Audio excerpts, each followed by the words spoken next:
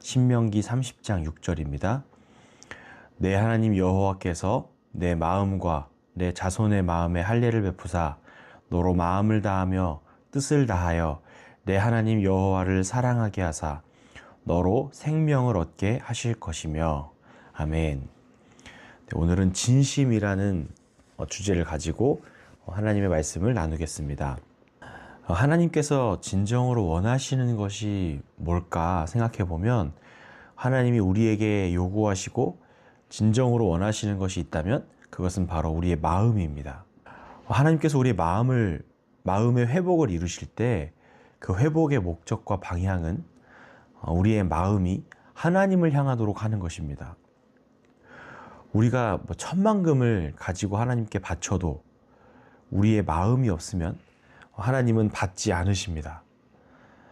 근데 하나님께서 우리의 마음을 원하신다고 할 때 이 마음은 영어로는 affection인데, 이것은 단순히 마음을 그냥 주는 것, 호감 이런 게 아니라 이 애정을 가지는 것, 추구하는 마음, 방향이 그리로 쏠려 있는 마음, 이런 식의 이 어떤 방향성이 있는 마음을 의미합니다. 애착, 애정, 추구, 어떤 방향이 쏠려 있는 것, 이런 마음을 의미하는 겁니다. 그래서 단순히 그냥 마음을 담았다, 그냥 마음은 있다, 이런 식이 아니라 총체적으로 정말로 그 마음이 거기 있는 것, 그냥 작은 마음이야 하면서 실제로는 사실 마음이 없는데 그냥 실질적인 건 없지만 마음은 있어 라는 식이 아니라 정말로 마음을 주는 것을 의미하는 겁니다.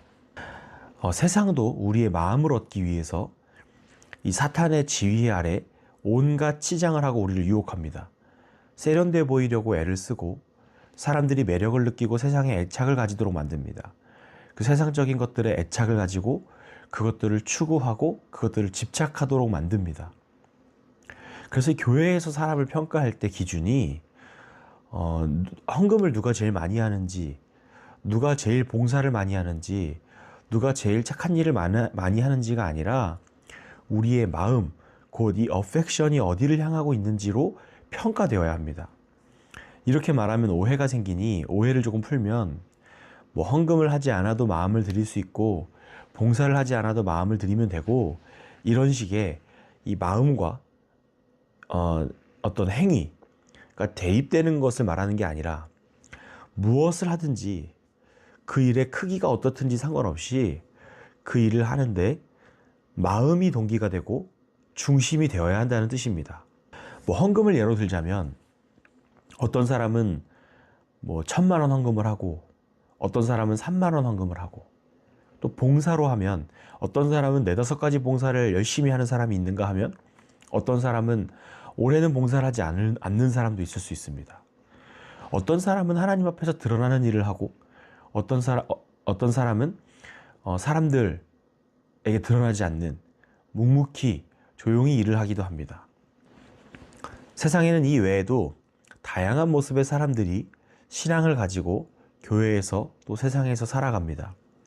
그런데 그때 하나님 앞에서 어떤 기준으로 평가를 받는가? 마음이라는 겁니다. 마음. 그러니까 우리가 흔히 교회에서 헌금 얼마 하냐, 봉사 얼마나 하냐, 어떻게 살아가냐, 겉으로 뭐가 드러나냐, 이게 아니라 믿음이 중요하고 하나님께 드리는 마음이 중요하다고 말할 때 그 마음이 정말로 우리가 어디에 애착을 가지고 어디에 우리의 마음이 쏠려 있는지를 하나님이 보시기 때문에 그런 이야기들을 하는 거예요. 그래서 이 마음을 드리면, 정말로 진정한 의미에서 이 마음을 드린다고 하면 우리의 존재 전체를 다 드리는 것이 되는 겁니다. 우리가 외식이라고 할 때 그 외식이 뭐냐 하면 보여주기식으로 뭔가 하는 거잖아요. 외식을 한다는 건 이 보여주기식인데, 이게 무슨 의미냐면 이 마음, 오늘의 제목처럼 진심과 겉모습이 다를 때 그것이 같은 것처럼 속이는 것을 말합니다. 외식인지 진심인지, 누군가가 어떤 행동을 할 때, 말을 할 때 그것이 외식인지 진심인지를 금방 구분해내기는 어렵습니다.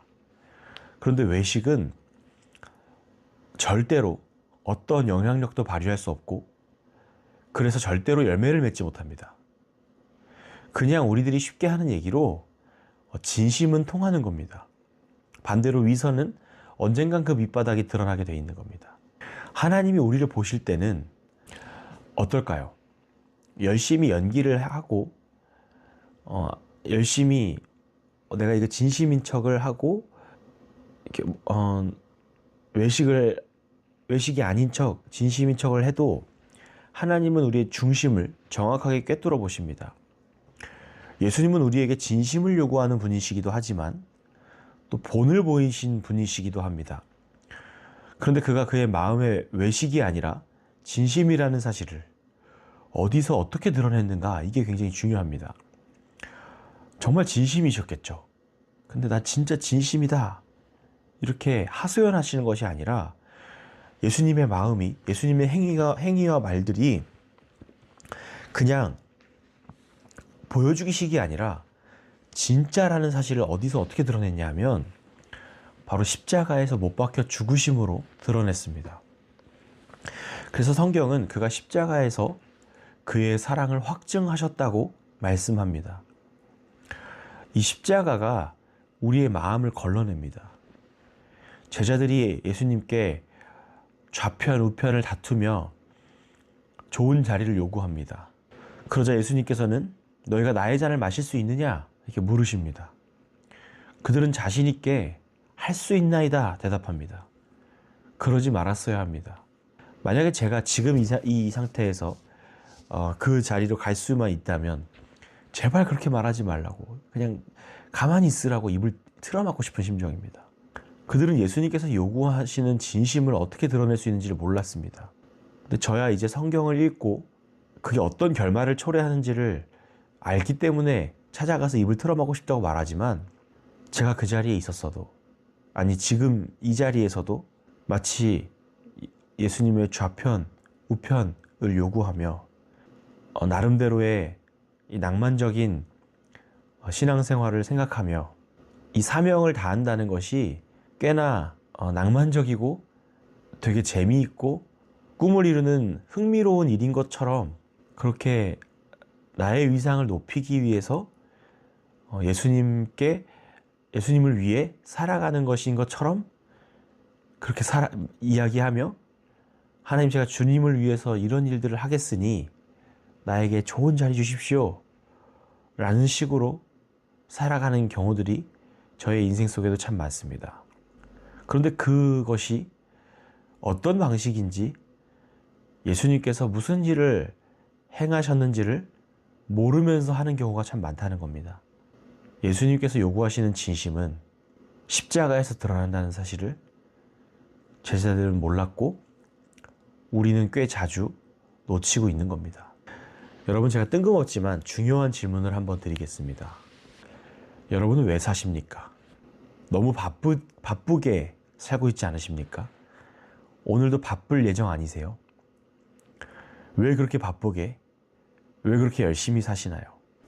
자녀들을 위해 사방팔방 뛰어다니고 돈을 벌고 축적하려고 온갖 힘을 기울이고 있지 않으신가요? 성실하게 합법적으로 세상에서의 삶을 사는 것은 그 자체로 거룩한 것입니다.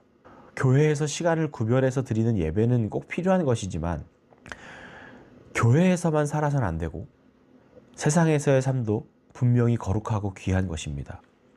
그래서 우리의 신앙은 어쩌면 교회에서의 구별된 예배와 또 그 외에 나머지의 우리의 세상에서의 삶이 조화롭게 이루어질 때 우리의 신앙은 완성되는 겁니다. 그래서 세상에서 소명을 가지고 성실하게 살아가는 것은 필수적인 것입니다. 그런데 이걸 묻고 싶은 겁니다. 진심이신가요? 정말 하나님께 모든 애정과 애착을 가지고 하나님의 영광을 위하여 온 마음을 드리기를 기뻐하면서 세상에서 고군분투하며 살아가고 계신가요?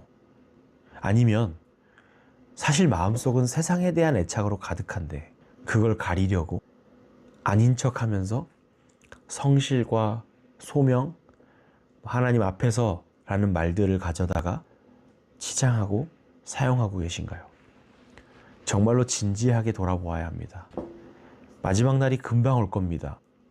그날 결산서에 우리의 마음의 중심에 관한 내용들이 낱낱이 기록되어 우리 앞으로 그때 그 청구서에 뭐라고 기록되어 있을지를 우리는 진지하게 고민해야 됩니다. 하나님을 위하는 척했지만 사실은 세상에 대한 애착으로 가득했던, 세상의 것들이 가치 있다고 진심으로 여겼던 그 마음들이 다 드러나게 된다는 겁니다. 여러분의 마음은 어디 있나요?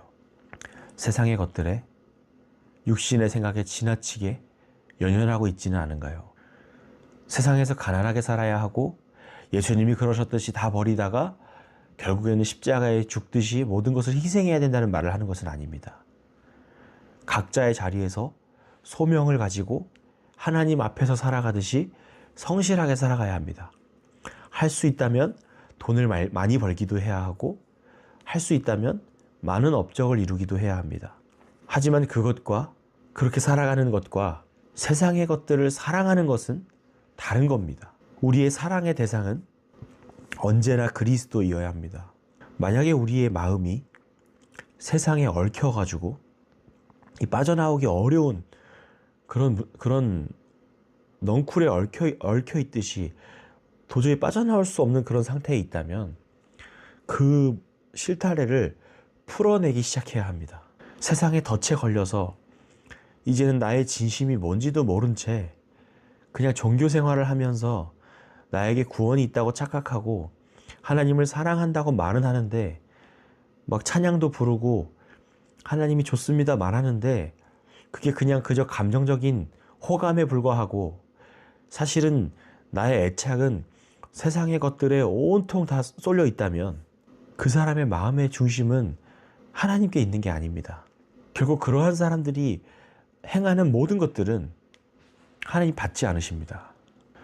그렇게 위태롭게 진심이 없는 채 살아가는 모습이 아니라 세상의 것들이 얼마나 무가치한 것인지를 깨닫고, 그러나 그 세상 속에서 그리스도인으로 살아간다는 것이 무엇인지를 생각하며 하나님의 영광의 가치, 예수 그리스도의 고귀함을 진정으로 깨달아서 우리의 마음의 중심을, 우리의 진심을 하나님 앞에 드리며 예수 그리스도를 사랑하며 그분 앞에서 이 땅에서의 삶을 살아갈 수 있기를 예수님의 이름으로 축원합니다.